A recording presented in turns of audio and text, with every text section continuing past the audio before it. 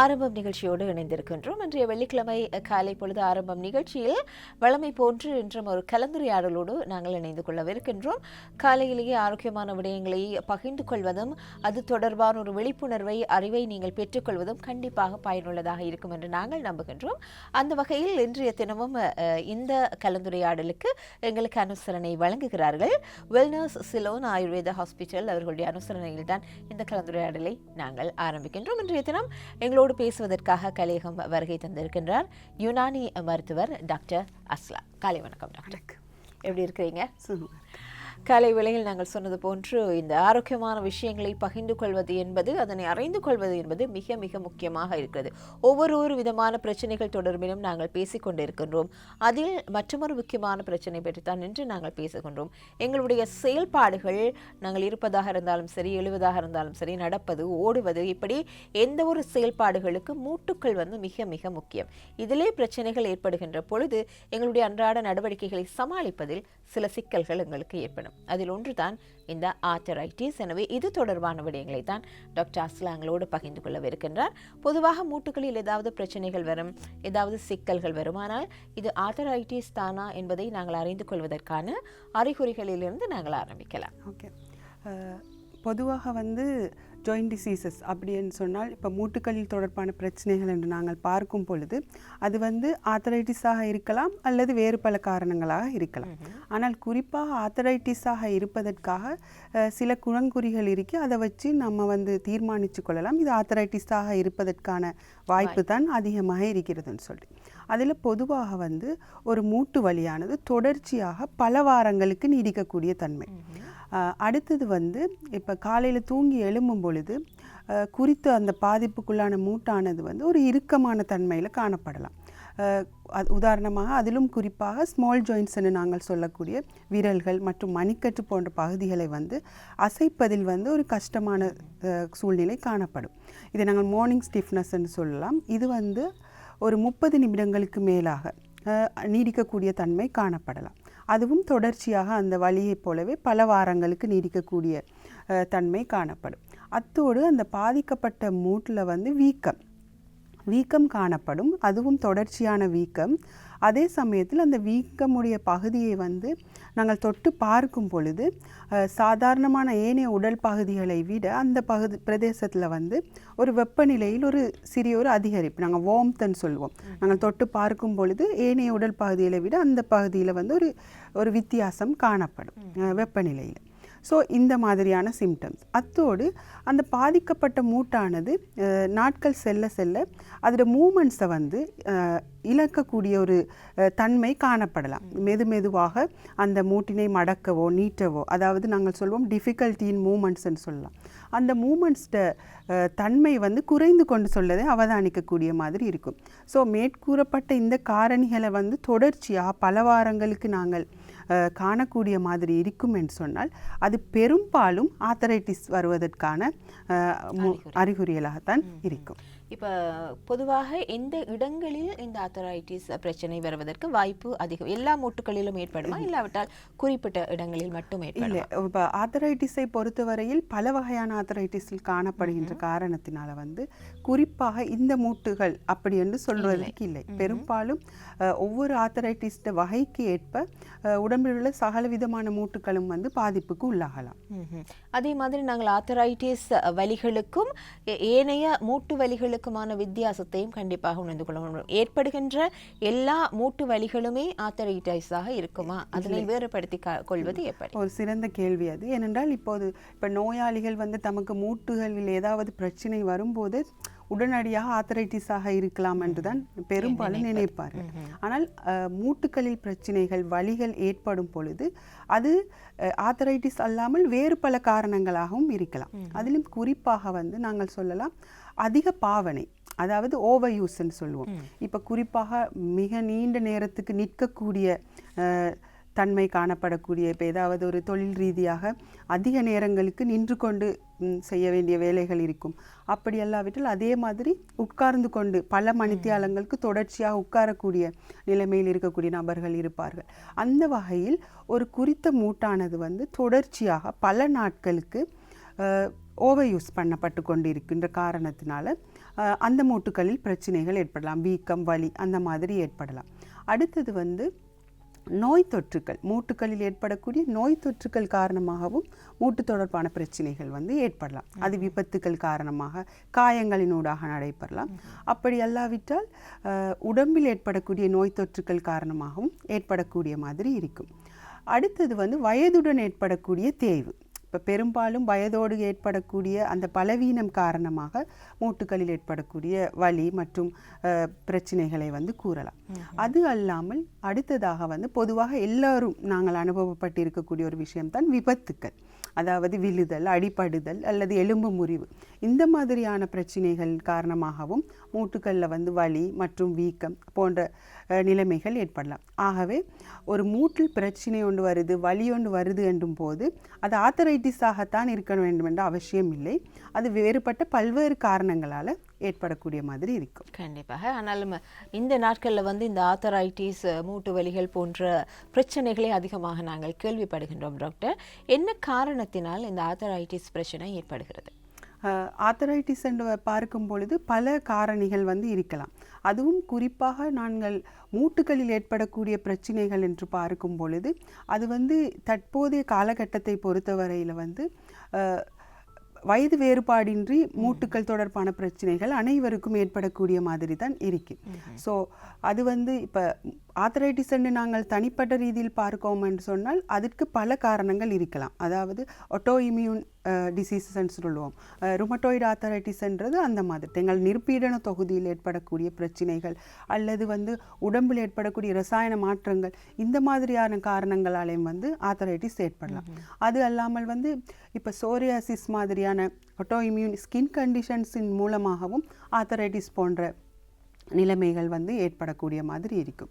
அடுத்தது வந்து ஆஸ்டியோ ஆத்தரைட்டிஸ்ன்னு நாங்கள் சொல்லுவோம்.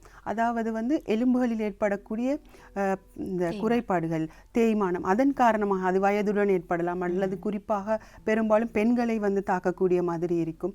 ஹார்மோன்ஸ் இம்பேலன்சஸ்களால் ஏற்படக்கூடிய மாதிரி இருக்கும். ஸோ இந்த மாதிரி ஆர்த்தரைட்டிஸ் வருவதற்கு பல காரணிகள் வந்து காணப்படுகிறது. இந்த காலத்தை பொறுத்தவரையில் பெரும்பாலும் வந்து லைஃப் ஸ்டைல் வந்து நிறைய மாற்றம் ஏற்பட்டு உணவு பழக்கங்கள், அதாவது இயற்கையான முறைகளிலிருந்து நிறைய நாங்கள் வந்து மாறிக்கொண்டு சென்று கொண்டிருக்கிறோம். ஸோ அதனால் வந்து புதிய புதிய காரணங்கள், அதாவது ஆரம்பத்திலிருந்து நாங்கள் கூறப்பட்ட காரணங்களுக்கு மாற்றாகவும் நிறைய காரணங்கள் வந்து இப்போது ஜாயிண்ட் டிசீஸ் வருவதற்கு காரணமாக அமைந்து கொண்டு இருக்கிறது. பரம்பரை இதற்கு இவ்வளவு தூரம் இருக்கலாம், பரம்பரையும் இருக்கலாம். எனவே இவ்வாறான காரணிகளால் எங்களுக்கு ஏற்படுகின்ற இந்த ஆத்தரைட்டிஸ், மூட்டு வலிகள் இல்லாவிட்டால் உடம்பு வலிகள் என்று வருகின்ற பொழுது அதற்கான பயிற்சிகள் இல்லாவிட்டால் உடல் பயிற்சிகள் தொடர்பில் நாங்கள் நிறையவே சிந்திக்கின்றோம். செய்யலாமா, இதை பற்றியெல்லாம் நாங்கள் நிறைய யோசிக்கின்றோம். அதை பற்றிய விடயங்களை பகிர்ந்து கொள்வதற்கு முன்பதாக இன்றைய தினமும் இந்த கலந்துரையாடலுக்கு எங்களுக்கு அனுசரணை வழங்கி கொண்டிருக்கின்றார்கள் வெல்னஸ் சிலோன் ஆயுர்வேத ஹாஸ்பிட்டல்ஸ்.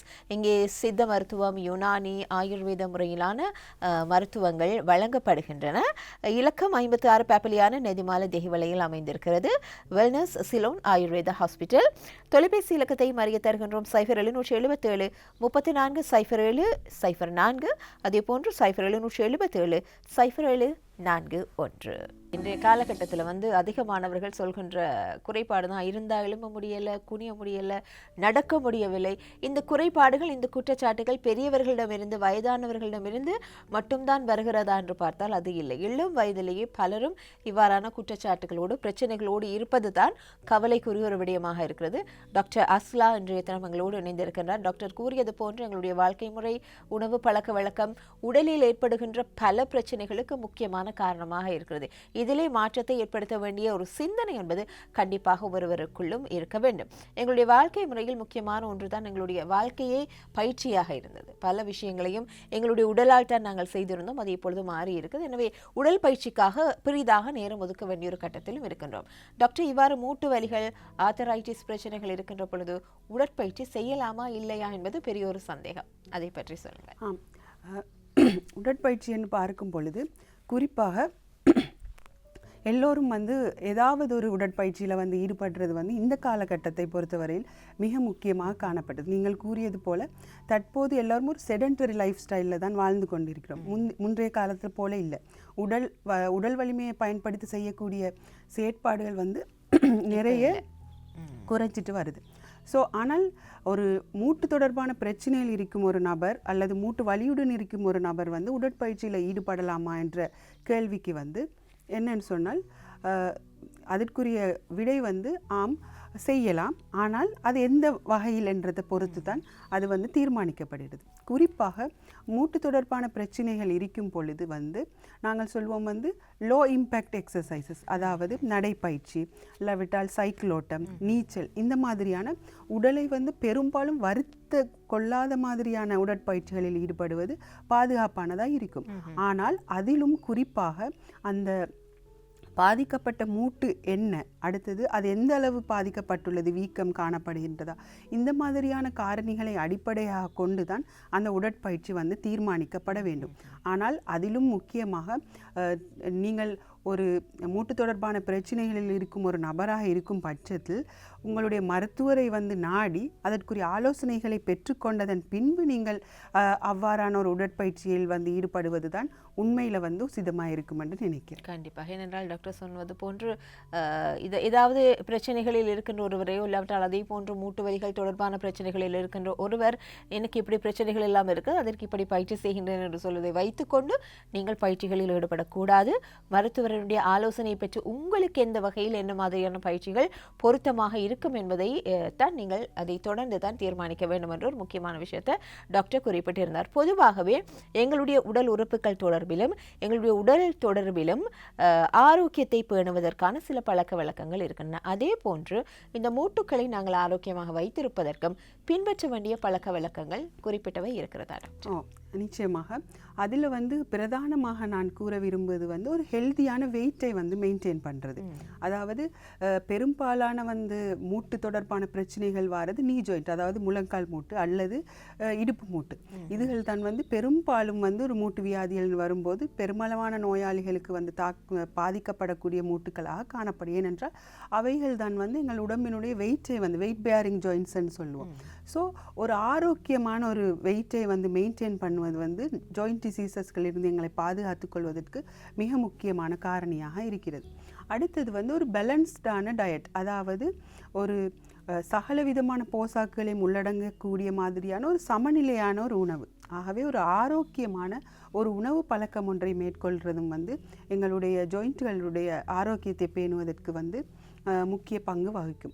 அதிலும் நாங்கள் ஆரம்பத்தில் கதைத்தது போல ஒரு ஆக்டிவ் லைஃப் ஸ்டைல், அதாவது ஏதாவது ஒரு உடற்பயிற்சி ஒன்றை, இப்போ நீங்கள் ஒரு ஜாயிண்ட் தொடர்பான எந்த விதமான பிரச்சனைகளும் இல்லாத ஒரு சாதாரண நபராக இருக்கும் பட்சத்தில் வந்து நீங்கள் ஒரு நாளைக்கு ஒரு வேளையாவது ஏதாவது ஒரு டைம் ஒன்றை ஒதுக்கி ஒரு தொடர்ச்சியாக செய்யக்கூடிய ஒரு உடற்பயிற்சி ஒன்றை வந்து மேற்கொள்கிறது வந்து ஜாயிண்ட்களோட ஆரோக்கியத்துக்கு வந்து மிகவும் முக்கியமாக இருக்கும். அதல்லாமல் வந்து ஏதாவது ஒரு ஜாயிண்டில் பிரச்சனை ஒன்று வருது, ஒரு வலி ஒன்று காணப்படுது, இல்லை ஒரு வீக்கம் ஒன்று ஏற்படும் பொழுது அதற்குரிய தீர்வை வந்து நாங்கள் வந்து உடனடியாக மருத்துவ ஆலோசனைகளை பெற்று செய்து கொள்வது வந்து அது இன்னும் கம்ப்ளிகேஷன்ஸ் ஆகாமல் இருப்பதற்கு வந்து எங்களை வந்து பாதுகாக்கும். ஸோ இந்த மாதிரியான விடயங்களை நீங்கள் கடைபிடிக்கும் போது எங்களுடைய மூட்டுக்களுடைய ஆரோக்கியத்தை வந்து பேணிக்கொள்ளக்கூடிய மாதிரி இருக்கும். கண்டிப்பாக. இளம் வயதிலேயே வரான பிரச்சனைகள் ஏற்படாமல் நீங்கள் ஒரு வயது சென்றதன் பின்பதாகவும் ஆரோக்கியத்துடன் செயல்படுத்துவதற்கு நீங்கள் இந்த விடயங்கள் தொடர்பில் கவனத்தில் எடுத்துக்கொள்ள வேண்டும். இன்றைய தினம் எங்களுக்கு இந்த கலந்துரையாடலுக்கு அனுசரணை வழங்குகிறார்கள் வெல்னஸ் சிலோன் ஆயுர்வேதா ஹாஸ்பிட்டல், இலக்கம் 56 பெப்பலியான நெதிமால தேவலையில் அமைந்திருக்கிறது. தொலைபேசி இலக்கங்கள் 0777 34 07 04, அதே போன்று 0777 34 07 41 தொலைபேசி இலக்கம். இந்த பிரச்சனைகள் குறிப்பாக மூட்டு வலிகளோ இல்லாவிட்டால் ஆர்த்தரைட்டிஸ் போன்ற பிரச்சனைகளோ ஏற்படுகின்ற பொழுது எந்த ஒரு சந்தர்ப்பத்தில் எந்த ஒரு தருணத்தில் மருத்துவரை நாட வேண்டிய தேவை இருக்கிறது டாக்டர்?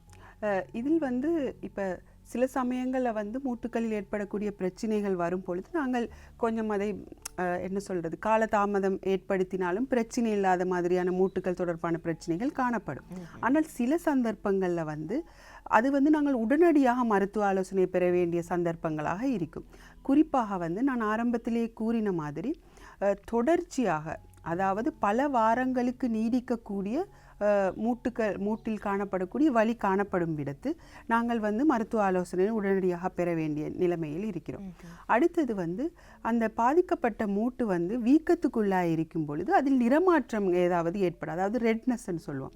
அந்த வீக்கத்துக்குள்ளாகியுள்ள பகுதியில் வந்து நிறமாற்றம், அது வந்து ரெட்னஸாக இருக்கலாம் அல்லது கருநீல நிறமாக மாறக்கூடிய தன்மை காணப்படும் பொழுது நாங்கள் உடனடியாக மருத்துவ ஆலோசனைகளை பெற வேண்டும்.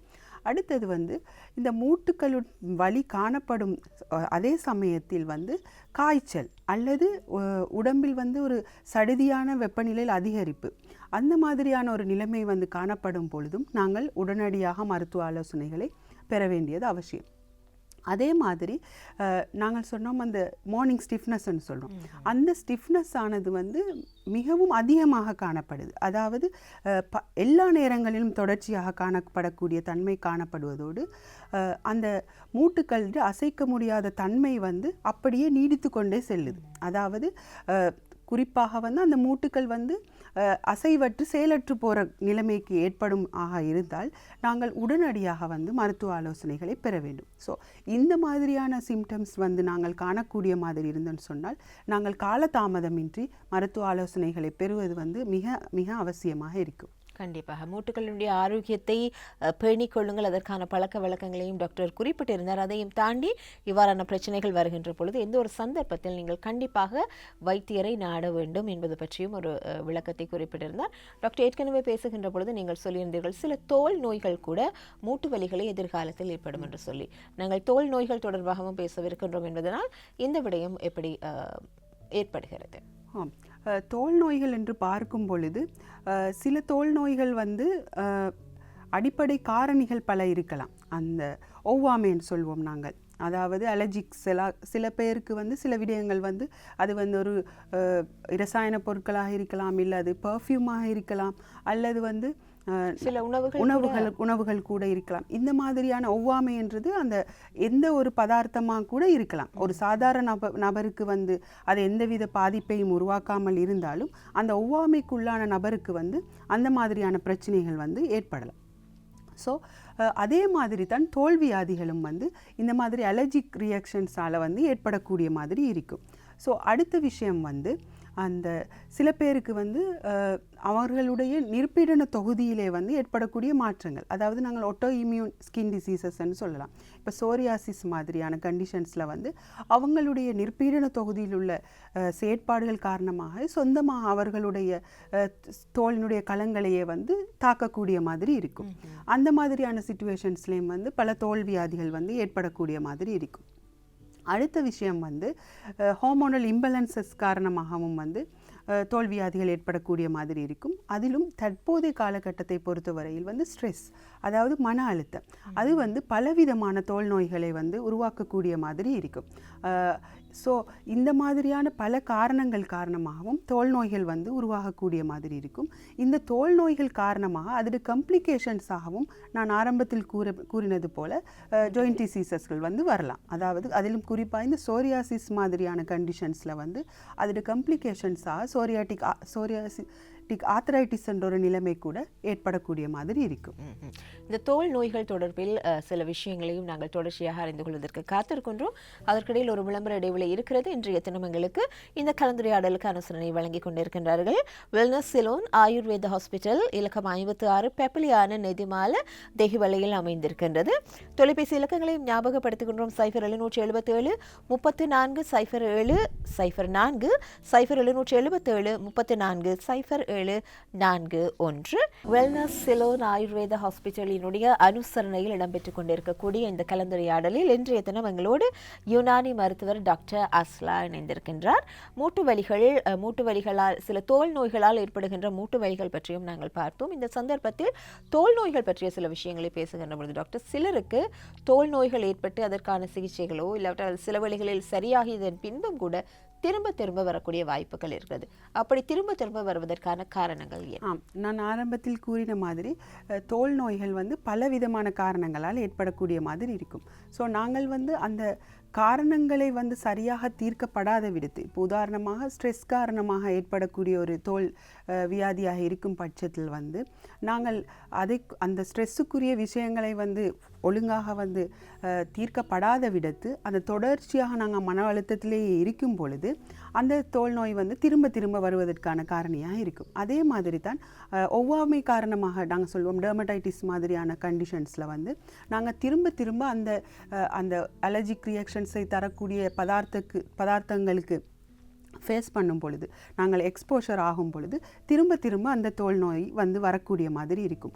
ஆகவே தோல் நோய்கள் வந்து நாங்கள் வெளிப்புற மட்டத்தில், அதாவது எக்ஸ்டர்னலாக வந்து நாங்கள் அதை வந்து தீர்க்க முற்படும் பொழுது அவை வந்து தற்காலிகமாக வந்து அதற்குரிய சிம்டம்ஸ் வந்து குறையலாம். ஆனால் அதற்குரிய காரணி வந்து முழுமையாக தீர்க்கப்படாத விடத்து தான் இந்த மாதிரி மீண்டும் மீண்டும் தோல் நோய்கள் வருவதற்கான காரணம் வந்து இருக்கிறது. அதிகமாக யாருக்கெல்லாம் இந்த தோல் நோய்கள் ஏற்படக்கூடிய வாய்ப்புகள் இருக்கு? தோல் நோய்கள் வந்து வயது வித்தியாசம் இல்லை, அனைத்து வயதினருக்கும் வந்து பாதிக்கக்கூடிய மாதிரியான ஒரு நிலைமை தான் காணப்படுகிறது. குறிப்பாக எந்த வயதினருக்கும் வந்து தோல் நோய்கள் வந்து ஏற்படலாம். அது தொற்றக்கூடிய மாதிரி இருக்கலாம் அல்லது தொற்றாத நோய்களாக கூட இருக்கலாம். ஸோ இந்த சிச்சுவேஷன்ஸ் கூற முடியாத நிலைமையில் தான் தோல் நோய்களை பொறுத்தவரையில் காணப்படுகிறது. தோல் நோய்களை நாங்கள் நிவர்த்தி செய்யக்கூடிய வழிமுறைகள் என்றால் நாங்களாகவே சுயமாக செய்து கொள்ளக்கூடிய வழிமுறைகள் இருக்கிறதா, இல்லாவிட்டால் ஒரு சிகிச்சை மூலமாகத்தான் இதனை சரிப்படுத்தக்கூடிய வழிமுறை இருக்கிறதா? இல்லை, தோல் நோய்கள் என்று பார்க்கும் பொழுது அது எந்த வகையான தோல் நோய்கள் என்றது ஆக முக்கியமாக காணப்படுகிறது. குறிப்பாக வந்து தோலில் வந்து ஏதாவது பிரச்சனைகள் ஏற்படும் பொழுது நாங்கள் அதற்கு உடனடியாக ஒரு மருத்துவ ஆலோசனைகள் பெறுவது தான் வந்து மிக முக்கியமாக காணப்படும். ஏனென்றால் சில தோல் நோய்கள் வந்து குறிப்பிட்ட பகுதிக்கு மட்டும் உட்படுத்தப்பட்டதாக இருக்கும், அதாவது ஸ்ப்ரெட் ஆகாமல் இருக்கலாம். ஆனால் சில தோல் நோய்கள் வந்து நாங்கள் மருத்துவ ஆலோசனைகளையும் தீர்வைகளையும் எடுக்கிறதுக்கு நாங்கள் காலதாமதம் செய்யும் ஒவ்வொரு சந்தர்ப்பத்திலும் அது விரைவாக பரவக்கூடிய மாதிரியான தன்மை காணப்படுகிறது. ஆகவே ஒரு தோல் நோய் இல்லை தோலில் ஏதாவது பிரச்சனைகள் வரும் பொழுது நாங்களாகவே அதற்கு தீர்வுகளை எடுப்பதை தவிர்த்து அதுக்கு உரிய மருத்துவ ஆலோசனைகள் பெறுவது தான் வந்து அதுக்கு சிறந்த ஒரு தீர்வாக காணப்படும். என்னென்ன விதத்திலான தோல் நோய்கள், எவ்வாறு இந்த தோல் நோய்களினுடைய வெளிப்பாடு இருக்கும்? தோல் நோய்கள் வந்து பெரும்பாலும் வந்து தொற்றக்கூடியவை, தொற்ற முடியாதவை என்று நாங்கள் பிரிக்கலாம். அதில் குறிப்பாக வந்து இப்போ நாங்கள் சொல்லுவோம் சோரியாசிஸ், எக்ஸிமா போன்ற கண்டிஷன்ஸ், அதாவது வீட்டிலிகோன்னு சொல்லுவோம், வெண்புள்ளி நோய், இதுகள் வந்து பெரும்பாலும் வந்து தொற்றாதவைகள். ஒரு குறித்த நபரிலிருந்து இன்னொரு நபருக்கு வந்து தொற்றாமல் தான் அவை இருக்கும். ஆனால் இப்போது உதாரணமாக ஃபங்கல் இன்ஃபெக்ஷன்ஸ் நாங்கள் கூறலாம்.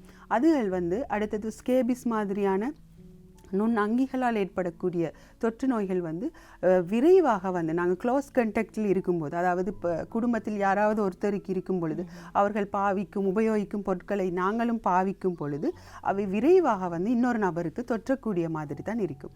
ஆகவே தோல் நோய்களை பொறுத்தவரையில் வந்து அது தொற்றக்கூடிய தன்மை இருக்கிறதா இல்லையா என்பதை பொறுத்து தான் வந்து அவை வந்து அடுத்த நபர்களுக்கு போவதும் அதனுடைய நோயினுடைய தீவிரம் வந்து அதிகரிக்கிறதும் குறைவதும் வந்து ஆளுக்கள் வந்து டிஃப்ரெண்ட்டாகத்தான் இருக்க போகிறது. சரி, எங்களுடைய மூட்டுக்களை எவ்வாறு பிரச்சனைகள் இல்லாமல் பாதுகாக்கலாம் என்பதை பற்றி சொல்லியிருந்தீர்கள். இப்போ தோலினுடைய ஆரோக்கியம் தொடர்பில், தோலினுடைய பாதுகாப்பு தொடர்பில் என்னென்ன விஷயங்களை கவனத்தில் எடுக்க வேண்டும்? ஒரு தோலை வந்து ஆரோக்கியமாக வைத்திருப்பதற்கு வந்து பல காரணிகளை வந்து நாங்கள் கடைபிடிக்கலாம். அதில் குறிப்பாக வந்து முக்கியமாக கூறப்போனால் வந்து தேவையான அளவு நீர் அருந்துதல். தேவையான அளவுக்கு போதுமான அளவுக்கு வந்து நீர் அருந்துறது வந்து ஒரு ஆரோக்கியமான தோலை வந்து தரக்கூடிய மாதிரி இருக்கும். அடுத்தது வந்து ஆரம்பத்தில் நான் மூட்டுக்களுக்கு கூறிய மாதிரி தான் ஒரு பேலன்ஸான டயட்டை வந்து மெயின்டைன் பண்ணுறதும் வந்து ஒரு ஆரோக்கியமான ஒரு அழகான தோலை வந்து தரக்கூடிய மாதிரி இருக்கும். அடுத்தது வந்து தோலை வந்து சுத்தமாக வைத்திருக்க வேண்டும். அதே நேரம் தோலினுடைய ஈரப்பதனை வந்து பாதுகாப்பதும் வந்து தோலை வந்து ஆரோக்கியமாக வைத்திருப்பதற்கு வந்து ஒரு பெரிய பங்காற்றுகிறது. அதில் வந்து நாங்கள் வந்து ஒரு தரமான மாய்ஸ்சரைசரை பாவிக்கலாம், அல்லது இயற்கையான முறையில் வந்து இப்போ கற்றாழை சாறு அந்த மாதிரியான விடயங்களை பாவிப்பதன் மூலம் தோலில் வந்து ஈரப்பதனை பாதுகாக்கக்கூடிய மாதிரி இருக்கும். அத்தோடு நான் ஆரம்பத்தில் கூறின மாதிரி தோலில் ஏதாவது பிரச்சனைகள் வரும்போது காலதாமதமின்றி மருத்துவ ஆலோசனைகளை பெறுவதும் வந்து தோலோட ஆரோக்கியத்தை வந்து மேம்படுத்தக்கூடிய மாதிரி இருக்கும். கண்டிப்பாக குறிப்பிட்ட நேரத்திற்குள்ளாக மூட்டு வலி, ஆர்த்தரைட்டிஸ், அதே போன்று தோலில் ஏற்படக்கூடிய பிரச்சனைகள் அவற்றை எவ்வாறு பாதுகாப்பது என்பது பற்றிய பல விடயங்களை பேசியிருந்தோம். அவை கண்டிப்பாக உங்களுக்கு பயனுள்ளதாகவே அமைந்திருக்கும் என நாங்கள் நம்புகின்றோம். இன்றும் இந்த கலந்துரையாடலுக்கு எங்களுக்கு அனுசரணை வழங்கியவர்கள் வெல்னஸ் சிலோன் ஆயுர்வேத ஹாஸ்பிட்டல், இலக்கம் 56 பெப்பிலியான நிதிமால தேவலையில் அமைந்திருக்கிறது. தொலைபேசி இலக்கங்களையும் ஞாபகப்படுத்துகின்றோம். 0777 34 07 04 0777 34 07 41 வெல்னஸ் சிலோன் ஆயுர்வேத ஹாஸ்பிட்டல் அவர்களுக்கும் எங்களுடைய நன்றிகளை தெரிவித்துக் கொண்டு இன்றைய தினம் காலை பொழுதில் இத்தனை விடயங்களையும் மிக தெளிவாக அழகாக உங்களுக்கு வழங்கியிருந்தவர் யுனானி வைத்தியர் டாக்டர் அஸ்லாவுக்கும் எங்களுடைய நன்றிகள். நன்றி டாக்டர். இன்றைய ஆரம்பம் நிகழ்ச்சியில் பயனுள்ள இந்த கலந்துரையாடலோடு நாங்கள் உங்களுக்கு சொல்லியிருந்த ஒரு விடயம்தான், இருக்கின்ற பொழுது அது பெறுமதி என்பது விலையிலே அல்ல. அந்த பெறுமதி என்பது நாங்கள் உணர்ந்து கொள்ள வேண்டும். அது பொருளாக இருந்தாலும் சரி, மனிதர்களாக இருந்தாலும் சரி, எங்களுக்கு இருப்பவை, எங்களுக்கென்று இருப்பவை மிக மிக பெறுமதியானவை. அவ்வாறானவற்றை நாங்கள் இருக்கின்ற பொழுது அதனுடைய அருமையை உணர்ந்து அதற்கான பெறுமதியை கொடுக்க வேண்டும். அது தவறுகின்ற பட்சத்தில் எதிர்காலத்தில் நாங்கள் வருந்திக் கொள்ளக்கூடியதாக இருக்கும். எனவே அந்த வருத்தத்தை தவிர்த்துக் கொள்வதற்காக உங்கள் அருகில் இருப்பவற்றினுடைய பெறுமதியை உணர்ந்து அதற்கான ஒரு மதிப்பை, அன்பை, பாசத்தை, அது எதுவாக இருந்தாலும் கொடுத்துக் கொள்ளுங்கள் என்ற ஒரு விடயத்தையும் சொல்லிக்கொண்டு இன்றைய ஆரம்பம் நிகழ்ச்சியை நாங்கள் இந்த அளவில் நிறைவு செய்து கொள்ள காத்திருக்கின்றோம். மீண்டும் அடுத்த வாரம் திங்கட்கிழமை காலை பொழுதில் ஆரம்பம் நிகழ்ச்சி உங்களை சந்திக்கும். அதுவரை விடைபெற்றுக் கொள்கின்றோம். நன்றி, வணக்கம்.